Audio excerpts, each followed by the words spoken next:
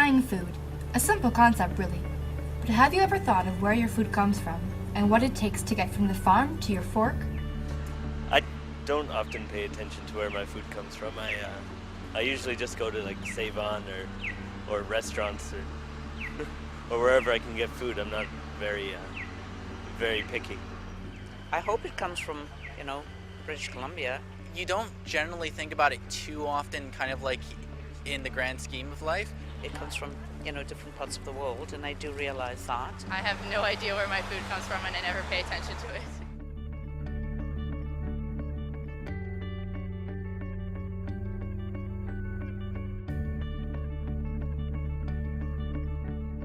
My food probably travels pretty far.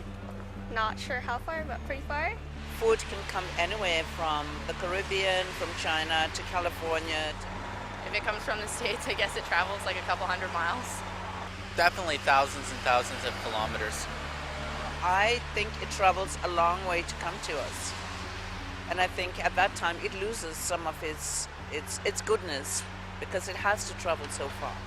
On average, a North American meal travels between 2,200 kilometers and 4,400 kilometers and spends up to 2 weeks in transit. Eating local, though, is something that has been going on for centuries. When you look at the worldwide food shortages and challenges, French, Italian, Indian, Chinese, they all tend to already eat local. It's the North American market where we're very fortunate to have access to almost anything we could ever want on any given day. You want a pineapple, you want a strawberry, you can find it in the supermarket. Some of the benefits for buying locally is I think it's healthier for ourselves and it's better for the environment. We're not trucking things across countries. And yeah, I think it's important to keep your food dollars within your community. Eating local is important both from a company standpoint as well as an ecological standpoint. Our typical company mandate is 70% BC product, 20% Canadian product, 10% international. It allows us to have a much more realistic approach to eating locally versus the 100-mile diet where they're trying to say 100% of everything you should eat should come within 100 miles. Makes it very difficult when you look at things like salt and pepper and spices, especially with this style of cuisine that we've got in Canada, which is very multiculturally focused. That's what makes Canada so unique. That's what creates Canadian cuisine. More than 65% of all food in Canada is imported or contains imported ingredients. I think so much food is imported because the cost of land here is very high. It's around $100,000 an acre. There's a lot of development pressures on farmland. It's a global world. Everything's getting traded back and forth, so I think food's no different than any other commodity.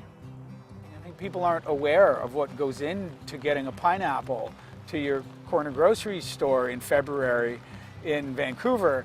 And so I think more and more as we talk about carbon footprint, people will think twice about a mango or a pineapple when there's some nice looking apples or pears that didn't have to come from halfway around the world.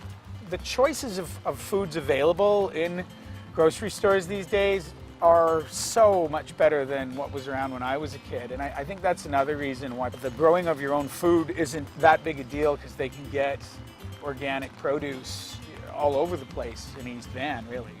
Did you know the top exports in BC are blueberries, apples, and edible nuts, while some of the top imports are grapes, blueberries, and apples? If more people were to buy locally, it's obviously a very positive influence on the economy.